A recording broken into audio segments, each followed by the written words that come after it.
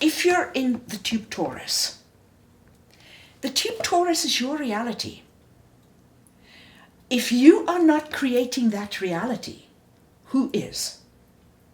You are creating it. But you are creating it from ghosts of the past. The only thing that you can put in that reality as you live, because you're now no longer where the river runs through it, you're no longer where fresh new information comes, is your old information. And as you spiral on this disc of life around the tube torus of your particular reality, you stimulate it into action, but it's the same old action. So what is your tube torus if you're living within those mirrors that it has become, rather than in the center of the tube torus? You are living in a ghost of the past. Technically, that reality isn't even there. Why? Because it's something that isn't being generated with the alchemical potency and that which enlivens all things, which is the infinite.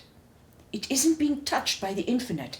It's an old ghost that hovers there, and you've been moving around and around in incarnations within a ghost of the past. That's why some sages have said about the nature of reality, it is not real. It is not real. What a huge insight. It is not real because it isn't enlivened. But it can be. So how do you make your experiential reality real? You have to generate it in an high alchemy of ongoing alchemy with infinite intent. To do that, you cannot even accomplish any of it if you are pulled in by the games of those whose minds are bending to step back into the tube torus. This is your final test. This is your final battle. It's like the Armageddon.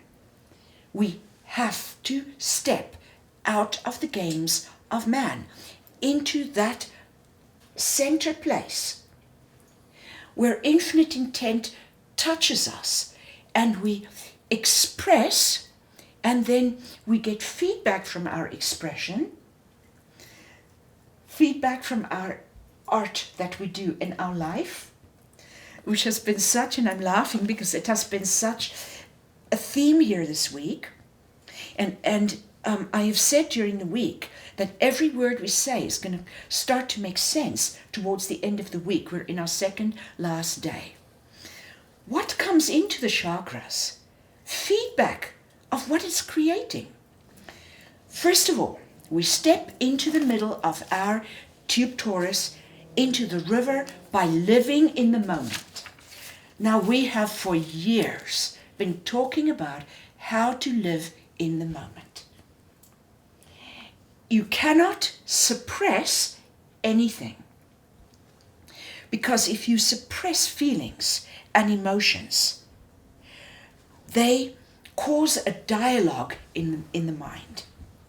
If you suppress them and you have a dialogue in the mind, and you don't want to have a dialogue in the mind, all you can do is to simply ignore them, to disassociate.